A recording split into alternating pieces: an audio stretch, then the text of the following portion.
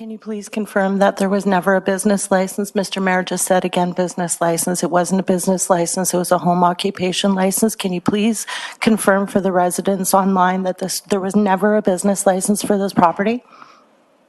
Through the Mayor to Councillor Chambers, a business license is a business license. So the business license was issued to the owner of Acacia at his home address, not at the address on Beckwith. Right. So the industrial use did not have a permit, a business license, the industrial use.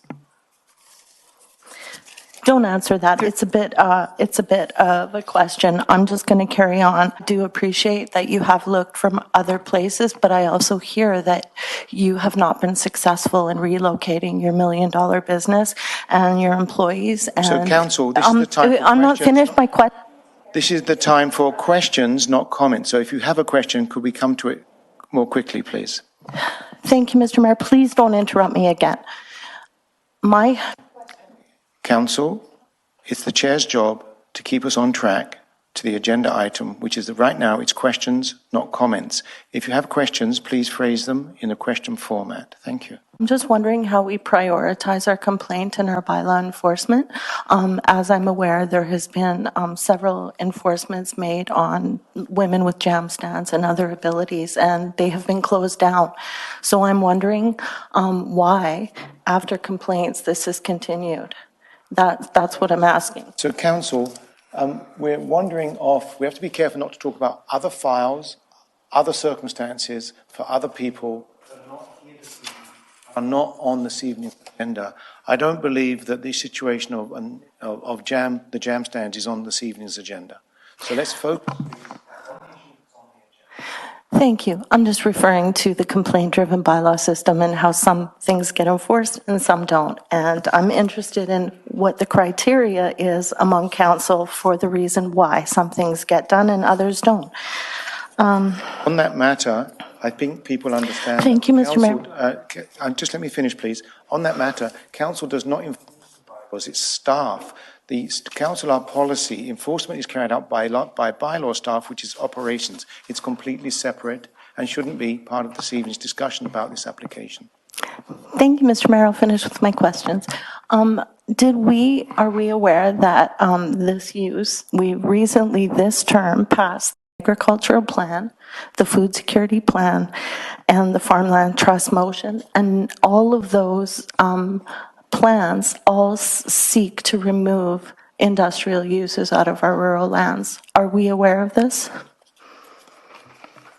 Through the Mayor to Councillor Chambers, if you're asking if planning staff are aware of that, absolutely. Planning staff authored some of those plans you referred to. So absolutely planning staff are aware of that. And if you note in the council report from May, there's some statements in the report talking about how this is not consistent with those plans and how we do have concerns, and that was noted. The 2-year temporary use permit that's suggested by staff is an attempt to allow the applicant to relocate their business in an area that is where this use is permitted. It's not an extension. This is the first time council has been seeing this. The request that was made from the applicant is that 2 years be provided to allow relocation of this business from this site to a site where this use is permitted. Okay, I will cede the floor for a moment. There was one more question I did have. Just one moment, please. Oh, yes. So if this did not follow our plans, I'm wondering why Parks assisted this non-permitted use to gain some more permeance when the neighborhood on Beckwith has been in a safety crisis and been complaining to us since I was elected about the safety issues here. So why did Parks assist a non-permitted use in seeking permanence in rural Saanich?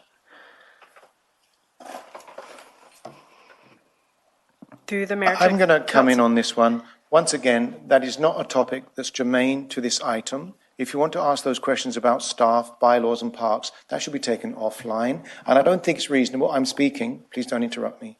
I don't think it's reasonable to put staff on the line to answer issues for another department. That's my ruling. Thank you very much for your application. I am very much interested in how these residents are feeling right now. We have recently published the Shelburne, what was that? Yes. I'm just wondering the eye contact with Mr. Mayor. I'm wondering why we have not followed the recently released plans for this development. Point of order, thank you. I believe it would be inappropriate for the applicant to answer that question. I think that question should be addressed to staff. It's not, to say we're not following plans, that's not the applicant's job.